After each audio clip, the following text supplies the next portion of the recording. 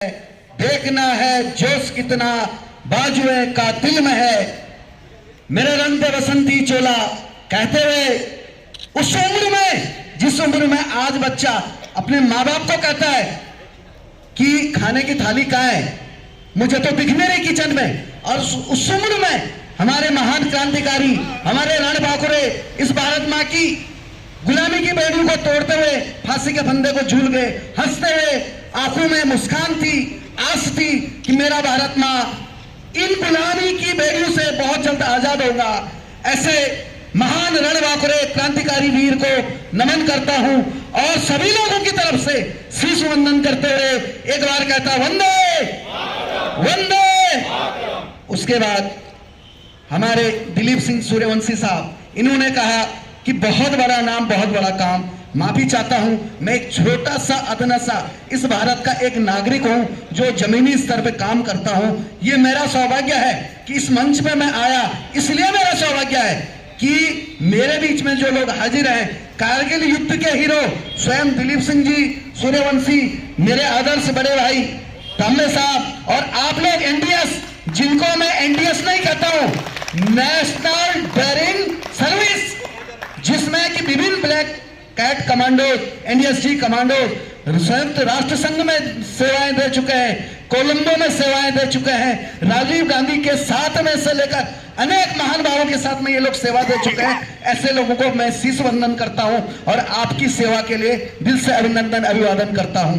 उसके बाद आप विभिन्न क्षेत्रों के महानायक लोग जो किरीट समाज के अलावा विभिन्न क्षेत्रों के वीर बजरंगी समाज, अरे आप लोगों के अंदर में 36,000 के ऊपर में पूर्व सैनिक है, आपको भी सैल्यूट अभिनंदन अभिवादन करता हूं और यह कहता हूं कि एक एक ईंट से घर बनता है, उसी प्रकार आपकी एक एक दृढ़ संकल्पना से इस देश के सपने साकार होते हैं। मेरे घर में जो बच्चा सोता है बिल्कुल टेंशन फ्री, तनाव मुक्त होकर सोता है, मेरे घर का दिया जलता भगवान के पास, मैं पूजा आराधना जो भी करता, नमाज पढ़ता, जो भी मैं अपने रिलीजन धर्म के हिसाब से करता हूं, तो उसके लिए सबसे बड़ा भगवान कोई है, कोई खुदा है, तो मेरे देश का फौजी है, मेरे देश का सैनिक है, जिसने मुझे सुरक्षित रखा, मेरे 130 करोड़ भारतीयों को सुरक्षित रखा है। उनके लिए फिर से शीश अभिनंदन अभिवादन करता हूं और यह कहना चाहूंगा कि देखो, बहुत बड़े लोग होते हैं राजनीतिक मंचों पे, बड़े बड़े भाषण देते हैं, लेकिन जब बात आती है कि जमीनी स्तर पे काम करने की, तो वहां ये दुख होता देखकर कि ये लोग खुद भूल जाते हैं कि हमने 5 मिनट पहले बोला क्या है। अभी हमारे सूर्यवंशी साहब बोले थे कि अभी भी हम आजाद नहीं हुए। मैं इस बात को पुनरावृत्ति के साथ कहता हूं कि हर भाषण में रहता मेरा कि हाँ, हम आज भी आजाद नहीं हुए हैं। इसलिए नहीं हुए कि हमारी भारत माता की माथे में जो सबसे बड़ा नासूर है, जो जख्म है, वो जख्म है जातिवादी नासूर का। हमें उस जातिवादी नासूर से बाहर निकल के आजाद होना है।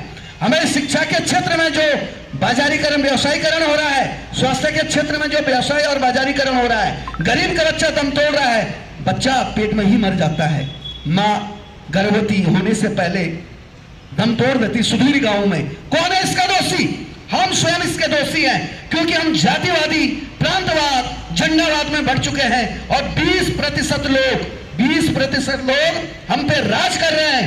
हमारे सर्वा बने हुए हैं, कुछ मुट्ठी भर पूंजीपति, मुट्ठी भर उद्योगपति, मुट्ठी भर नेता लोग, मुट्ठी भर अधिकारीगण, ये हम पे राज करते हैं। दुर्भाग्य की बात है, उसके दोषी हम स्वयं हैं, क्योंकि हम अपनी ताकत को भूल चुके हैं।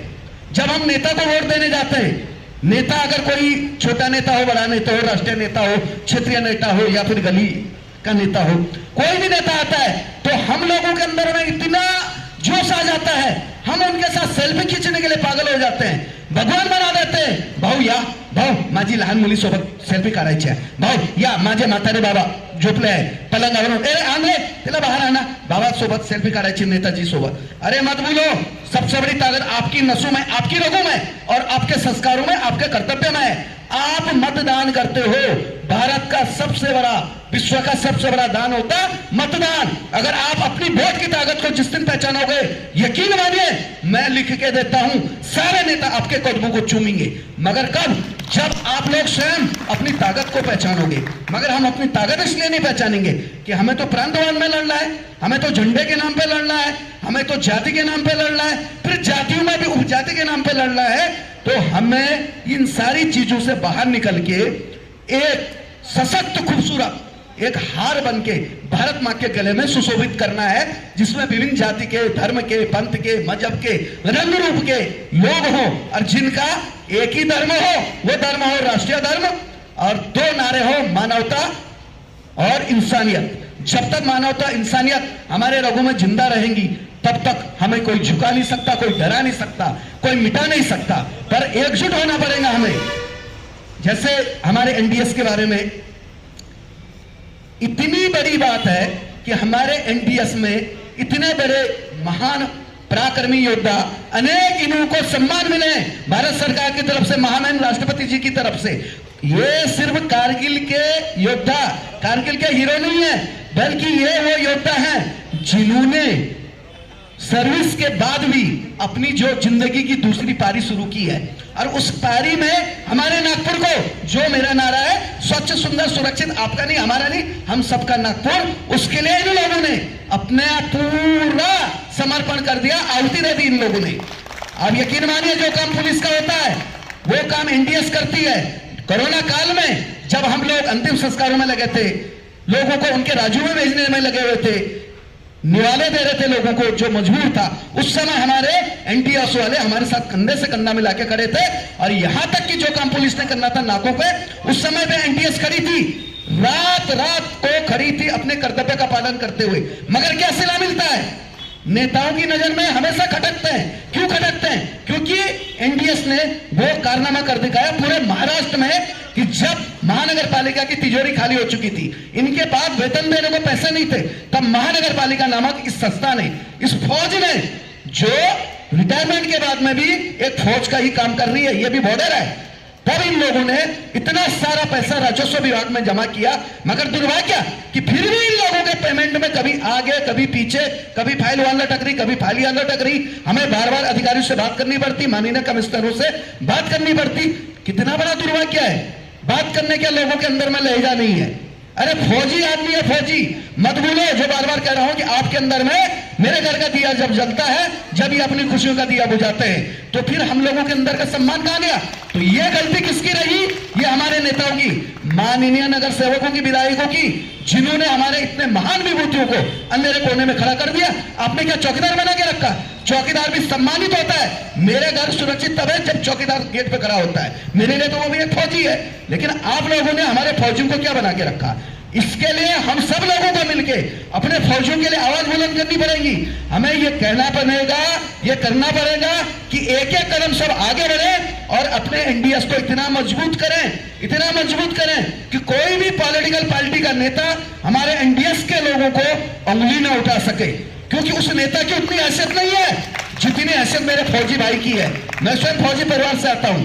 1962 के युद्ध में मेरे पिताजी ने स्वयं एक पीएलटी के माध्यम से हजारों युवाओं को पहाड़ में फौज में भेजा था। मेरी माताजी ग्रामीण क्षेत्रों में एसएफसी के माध्यम से हथियार प्रशिक्षिका थी। हमें पता है फौजियों को दर्द क्या होता है, लेकिन ये हमारे लिए दर्द नहीं, ये हमारे लिए गर्व होता है। जब हम गोलियां खाते हैं, हमारे परिवार के लोग गोलियां खाते हैं, हमारे फौजी भाई गोलियां खाते हैं, हम रोते नहीं हैं, हम मुस्कुराते हैं, कहते हैं हे माँ मुझे 2 बेटे क्यों दिए, हे माँ मुझे और 2 बेटे देती तो मेरे दोनों बेटे फौज में जाते और देश के लिए शहीद होते। और ऐसे लोगों का अपमान करते हो तो ये शर्म की बात है, लज्जा की बात है। और मैं चाहूंगा कि इसके बाद इस मंच से कह के जा रहा हूं कि मेरे किसी भी एनडीएस के भाई को, किसी भी फौजी को जो मेरे आदर्श है, क्योंकि आप लोगों को कहना इतनी मेरी हैसियत नहीं है, मैं एक छोटा आदमी हूं, आप हो विभिन्न क्षेत्रों के हो, आप लोगों ने जो सेवाएं दी हैं वो सूरज के समान दी है, उत्तप्ती सूरज के आगे मेरी कोई हैसियत नहीं है। मगर फिर भी कहना चाहूंगा कि चाहे वेतन की बात हो, चाहे परमानेंट की बात हो, या फिर आप लोगों के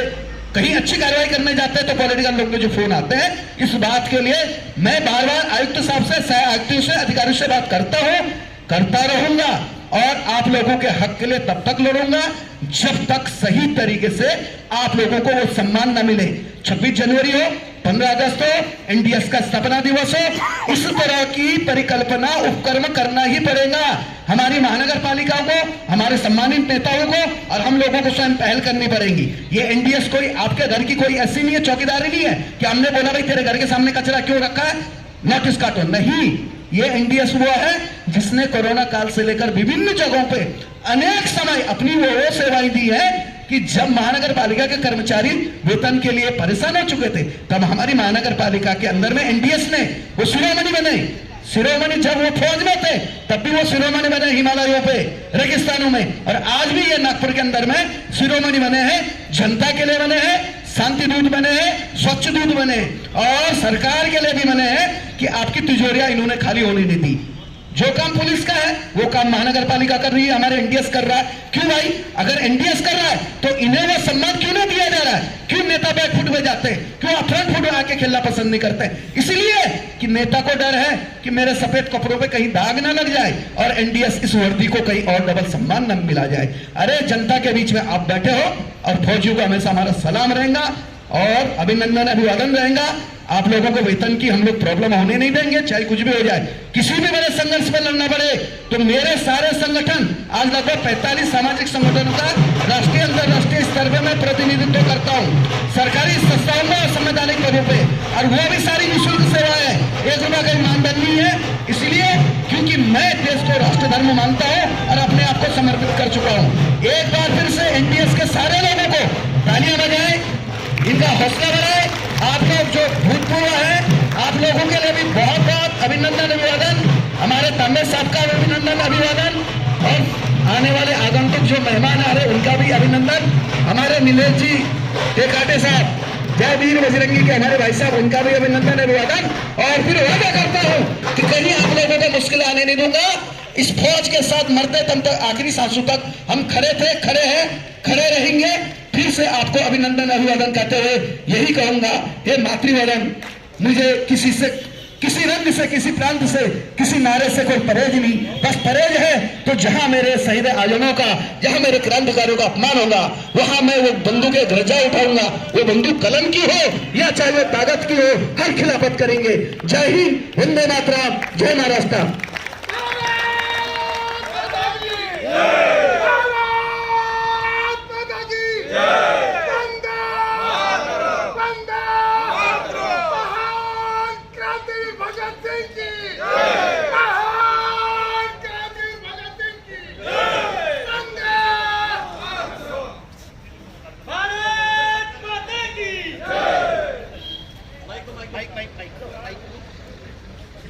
धन्यवाद सर।